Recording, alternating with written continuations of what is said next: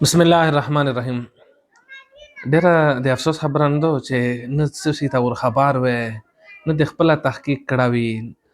نه چا داسې ذمہوار سړی ته ټلیفون کړی و ځان سره په فیسبوک باندې پوسټ وکړی چې ارشاد به یې رها شو. منې دغه ته سوچ خو وکړه چې تو پیج ته هوې فالوورز اوسه لایکس کمنټ دا خو میلاو شي، خو د هغې خلک په زړه څه تېرېږي چې چا دی ځای دی چا وریر ده.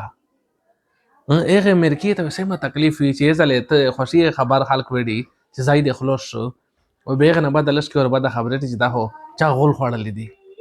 منې دومره د ذمہوار پیجې نه مې دا پوسټ ولیده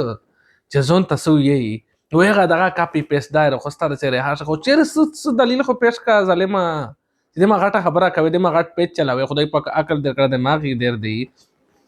دمه غټ پیج چلاوې او دمه غټ خبر په ور کوې، اوس پته نه کوي چې چاته ویلي دي کې مینه د میندل کله د خبره او بس لاګیا دی کاپی پیسټ کوي یو ځای نه رخلي بل ځای نه رخلي. مو معنا چې اوله پهله ځل په نظر باندې روغی کنه ډایرکټ لکه زړه چې توجه درويغ دي ځکه چې چیرې تازه تصویر خو ور کا ور سره چیرې سو ویډیو خو سره ولګاو چې دا دغه دا روغی که خلی پاس چیرې هاش نو لشکي دغه ته خیال کوي چې داسې خبر په خپل پیج ور کوي دا یو خدای چې فیک پیج پتا نه چې څه کې چلای څه کې دا او چې یو ذمہ دار سړی وي واغه داسې چار کوي او ذمہ دار پیج وي او داسې پوسټ کوي نو دغه خلک نفرت کوي نه وي د خبرو په سبب څه کې یقین کوي ارشاد به نه داخله شوی دا وګونه او تکایي چې خدای پاک خلاص کی خو یا خلاص نه دا د چا چې سم پوسټینه کړي د یا سه بکواس کړه او دروغ یې وې دي. والسلام.